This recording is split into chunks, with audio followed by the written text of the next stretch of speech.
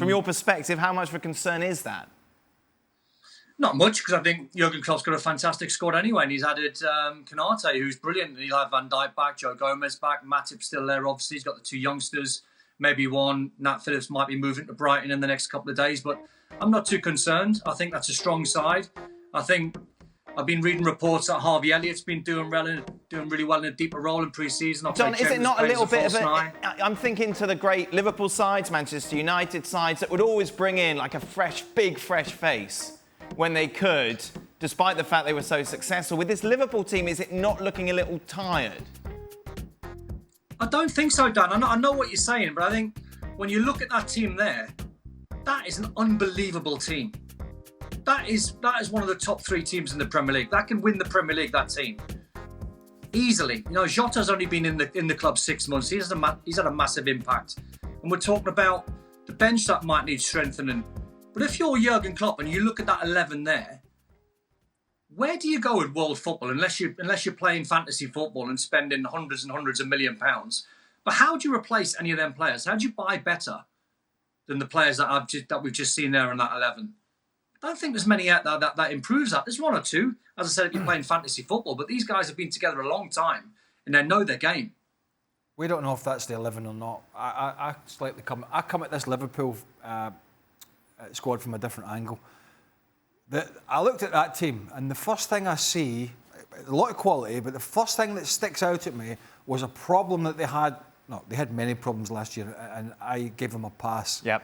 Like anybody with half a brain gave them a pass last year, apart from a few Man United punters and others who couldn't get their head around why we weren't giving them more stick when they had half the team out, particularly defenders, right? So we should just ignore those idiots.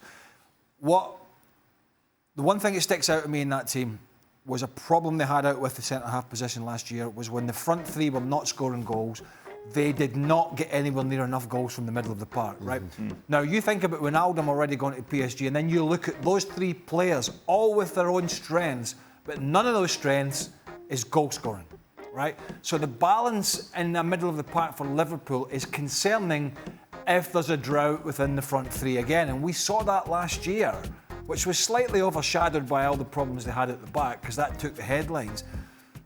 But I look at the middle of the park for Liverpool, and I look at the other teams that they're going to be competing with, and they've all got a quota of goals to bail them out. You look at Gundogan last year, he had his best goal-scoring season ever before Guardiola inexplicably put him back to defensive midfielder. It was a crazy decision. But they all had goals from the middle of the park. That Liverpool side at the moment has literally got no goals from the middle of the park.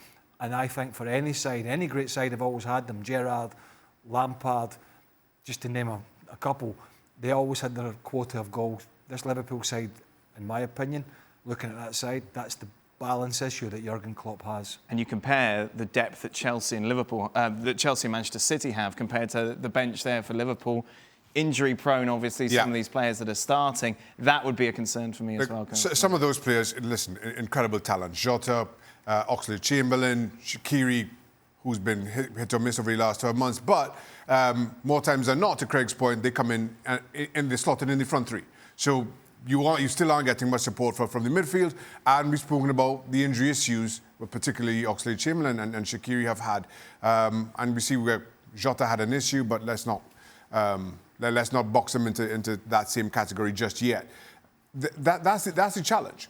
As the season goes on and you have to call on your squad, it's just not that deep a squad. And as much as Craig says, you want to give Liverpool a pass from last season, you remember how good they were. Now we're just not quite sure exactly where they fall, especially in comparison to City, to Chelsea, who were outstanding last season as well, despite the pandemic and all the problems that caused everybody in world football. Henderson's having his contract issues ananyway. I don't think they're resolved. I might be wrong. But, you know, there's none of those players that are, you know, we're talking about Wijnaldum, it's not the only one, but there's none of those three. I mean, Henderson, great work rate, you know, very experienced. Fabinho, very good defensive reader of the game, plays centre-half, good passer. Thiago, great passer of the football, no real pace about his game. So there's a lack of pace in there, there's a lack of balance in that midfield, and there's also a lack of somebody that's just going to split those front three with those midfield runs when Robertson or Alexander-Arnold go forward, whipping those balls in. You don't just want your front three, you want somebody from the middle of the park. At the moment, I don't really see who that player is for Liverpool unless they go out and replace a Wijnaldum like for like. Chelsea or Liverpool, who will finish higher as it stands? With their current squad? With the current squads? Oh, boy. Oh. Going to say Chelsea. Just remind you, keep up to date. Tight, innit? It is so. It is so.